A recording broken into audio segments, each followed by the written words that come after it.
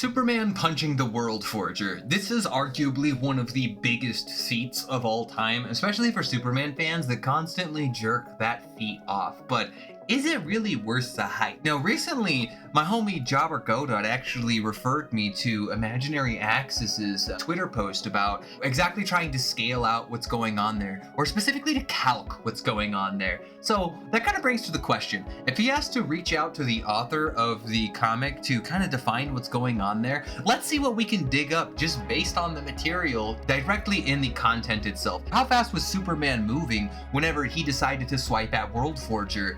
Is it something calcable? Is it something not calcable? Let's find out.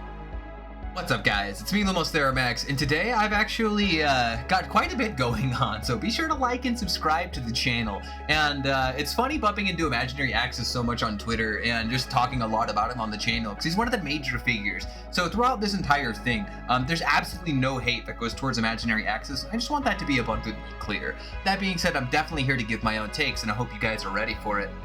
Okay, so first off, we gotta have some subtext. So basically the World Forger, one of the three children of Perpetua, locked Superman away in this really fucked up place, and Superman had to fly away. Batman managed to move a bunch of stars in his way because he was drained, and as a result, Batman flies into one of these, and we're gonna be focusing the majority of this argument exclusively on this specific panel, or this specific page of the comic book here. It's Justice League 2018, I believe, number 25. Yeah, 25 specifically. And check this stuff out. So he says, every cell in his body glows. He's a million lanterns, a million flames lit by effort, by steady hands. After all, so much darkness, he wants more. So he flies through like all these different suns that exist to try and leave. Now, here's where we start looking at direct statements, okay? I'm talking like direct statements from the narrator. And I've already established that like we're a narration town simply because like he says he in reference to Superman, not I, like I'm referring to myself. So here's a statement coming directly from the memes here. It says, he moves faster than he ever has. Okay, so that's a jacked statement as it is, but it's not jacked unless you understand just how like crazy Superman is in terms of speed feats. This man casually flies to the source wall, which is at the end of like existence. He flies to the God Sphere. He's flown outside the bounds of the universe. He's flown outside the bounds of infinity. This man can maneuver inside the source wall or inside the source, depending on how you kind of interpret it.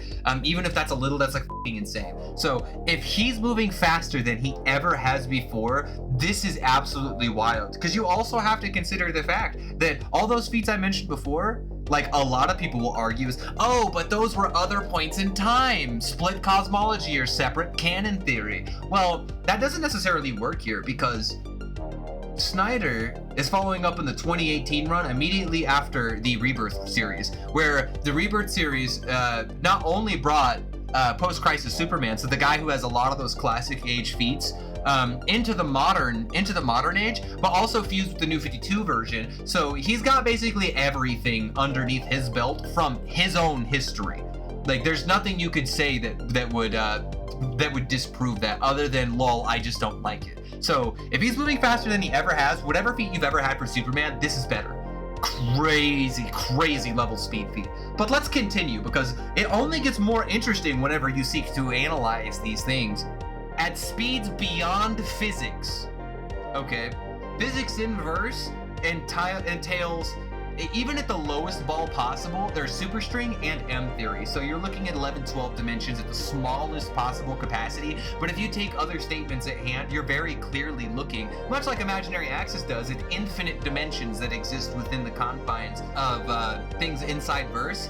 And of course, if it's speed beyond any form of physics, we're talking, yo, this guy is moving outside any form of space or time, because those are all things that revolve around physics. So that's pretty jacked. But just wait, it gets even better, because in DC, to be beyond physics means you're essentially in the bleed. In the lower ball interpretations, if you want to take the higher ball interpretations, you're in the God Sphere, or at least the Speed Force wall. Okay, because that's where like the end of matter and where like physics could apply necessarily. That's 100% guaranteed with the first statement. Beyond physics is a strong statement, okay? But then the next one is even wilder, okay? Beyond imagination. This dude is beyond a speed that we can imagine. Oh wait, no, it's not us. It's people in verse, okay? So what does imagination mean to people inside DC? Well, imagination is a concept. Even if you take the lower form, the lower interpretation here, imagination is anything you can think of. Superman is moving even faster than anything that anyone can think of. If you take the DC approach, who is the terminology of imagination, imagination is the concept of the fifth dimension, right? And the fifth dimension obviously not being a spatial one, if you believe in Scott Snyder's statements, or other thousands of countless statements. Imagination is the concept of belief, and it is like the lifeblood of the multiverse. So if you take the DC interpretation of this means he's beyond anything inside the concept of imagination. And this honestly makes a lot of sense, because if you think about it, they had to go to the sixth dimension. Superman specifically traveled to the sixth dimension to get here, and guess what? That is a realm beyond imagination, the fifth dimension, as Mixie says here. So like, the fact that Superman moved in there in the first place demonstrates the ability to move through a sixth dimensional structure. And when I say sixth dimension, obviously I'm talking about things well beyond spatial dimensions. And it would also reinforce the fact that he's moving in a realm beyond imagination, the concept of imagination inside of DC. But continuing forward, this is where things, this is where it gets even a little bit wilder. Yo, he says, a white-hot stylus skimming over the dark, redrawing what is possible. This is another reference to beyond imagination, right? Because anything that you can imagine, those things could be impossible, but you can still imagine them. But hey, even if it is something that was possible, Superman is still just remaking what is. And that makes sense because he's like a lower dimensional being moving into a realm beyond pretty much anything that we had messed with up into this point in time outside of like the Overvoid or things along those lines. I've hyped all this up. I've hyped this all up. It's like really wild, really crazy. It's going ham, right? But then like, there's this weird panel here that is like half badass and half like downplay for some reason. And I don't fucking know why, but let's discuss it, okay? So it says, it will take hours for light to catch up with him, months for sound. Yo, Scott, I love you, buddy. I love you, buddy, but why would you do this to yourself? Okay, so we're beyond the concepts of physics and imagination, but light can still somehow keep up with him. What are you doing, bro? Like, Scott, bro, what is this contradictory statement? Because like, those things are stupid, and that is calculable, okay? This specific segment of this is calculable, but it's immediately like contradicted by the last text bubble we just discussed in about every single way. Because if it's beyond physics, it's not calculable. So how could light catch up to him? How could sound catch up to him? What? And if you continue reading this down here, they continue on stating this, but his approach can be felt across every dimension. Yo, this guy is moving at a speed that is shaking every dimension inside of DC. Do you know how wild that is? This dude is producing enough force that he's conceptually affecting the multiverse with his movement. Now, I know that Imaginary Axis believes that our reality contains an innumerable amount of spatial dimensions and realms beyond. This man is shaking all of those simply by moving at these speeds. There is no way you calculate a speed feat at this level. Now, there might be downplay statements down here, like it'll take hours for light to catch up with him, but I feel like that statement there does such a disservice to Superman as a concept throughout his entire history. And since he is that like since he is like that not comped version, but like this cohesive Superman that's taking place after the events of Rebirth, where he has all of the feats of post-Crisis and New 52 Superman, like there's no way this one statement could undo not only everything inside the rest of this exact panel, and then also all of Superman's history. That's just not possible in my perceptions. And I'm really curious to see exactly what statements that Imaginary Axis is getting on this specific feat, because Imaginary Axis always makes really solid content, and if he thinks he can calc it and he's pulling his hair out doing it, I understand why, because even this statement here is contradictory to a certain extent. But that's the cool thing about a lot of things that are contradictory inside of comics. You just have to take a position and then defend that position.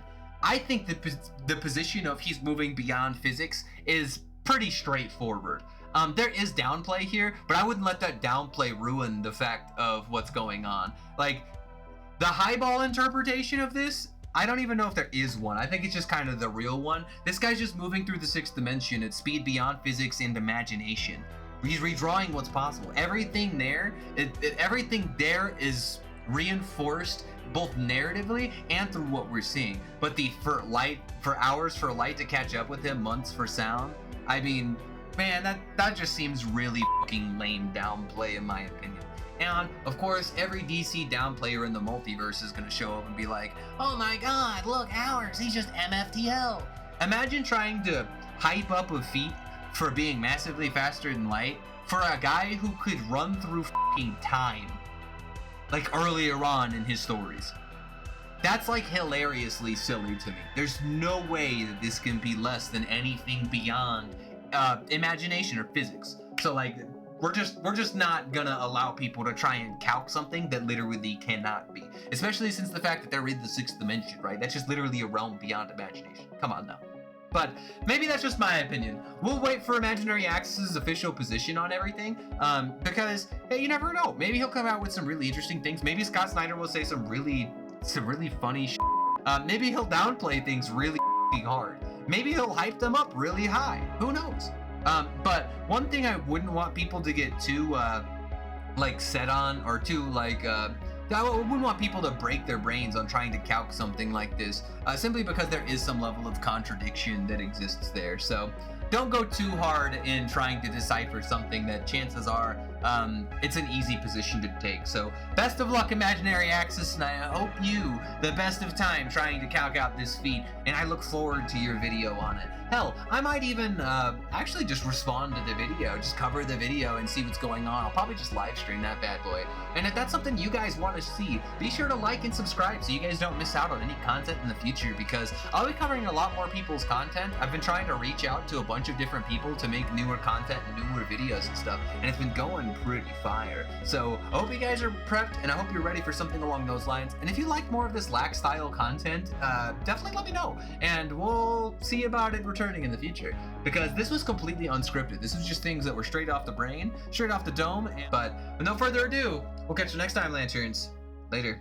Aftermath, you'll join my list of dead after I tear you in half. And I laughed at the thought of them controlling me. I'm the ultimate dragon that spawned everything. I resist and defy.